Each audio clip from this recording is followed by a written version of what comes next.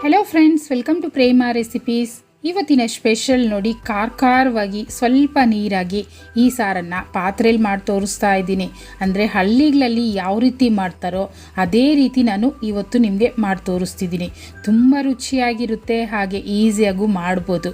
Okay, ವಿಡಿಯೋನ ಎಲ್ಲೂ skip ಮಾಡ್ದಿರಾ ಪೂರ್ತಿಯಾಗಿ ನೋಡಿ. ಮೊದಲನೇದಾಗಿ ಅರ್ಧ kg ಚಿಕನ್ ತೊಗೊಂಡಿದ್ದೀನಿ. ಇದನ್ನು ನೋಡಿ ಒಂದು 3 ಸಲ ನೀಟಾಗಿ ವಾಶ್ ಮಾಡಿಟ್ಟಿದ್ದೀನಿ. ಸೈಡಲ್ಲಿ ಇಟ್ಕೊಳ್ಳೋಣ. ಹಾಗೆಯೇ ಕೊಬ್ಬರಿ 2 ಪೀಸ್ ತೊಗೊಂಡಿದ್ದೀನಿ. ನೋಡಿ, ಈ ಸೈಜಲ್ಲಿ ತೊಗೊಳ್ಳಿ. ಈಗ ನಾನು ಸ್ಟೌವನ್ನು ಆನ್ ಮಾಡಿ ಅದ್ರ ಮೇಲಿಟ್ಟು ಸುಟ್ಕೊಳ್ತಾ ಇದ್ದೀನಿ. ಈ ರೀತಿ ಸುಟ್ಕೊಂಡು ನಾವು ಕೊಬ್ಬರಿನ ಮಸಾಲೆಗೆ ರುಬ್ಕೊಳ್ಳೋದ್ರಿಂದ ರುಚಿ ತುಂಬ ಚೆನ್ನಾಗಿರುತ್ತೆ, ಹಾಗೆ ಘಮ ಕೂಡ ಚೆನ್ನಾಗಿರುತ್ತೆ. ನೋಡಿ, ಇಷ್ಟಾದರೆ ಸಾಕು. ಸ್ಟವನ್ನು ಆಫ್ ಮಾಡ್ಕೊಳ್ತೀನಿ.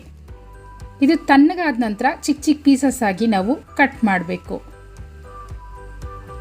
ನೋಡಿದ್ರಲ್ಲ, ಈ ರೀತಿ ತಣ್ಣಗಾಗಿದೆ. ಈಗ ನಾನು ಇದನ್ನು ಚಿಕ್ಕ ಚಿಕ್ಕ ಪೀಸಸ್ ಆಗಿ ಕಟ್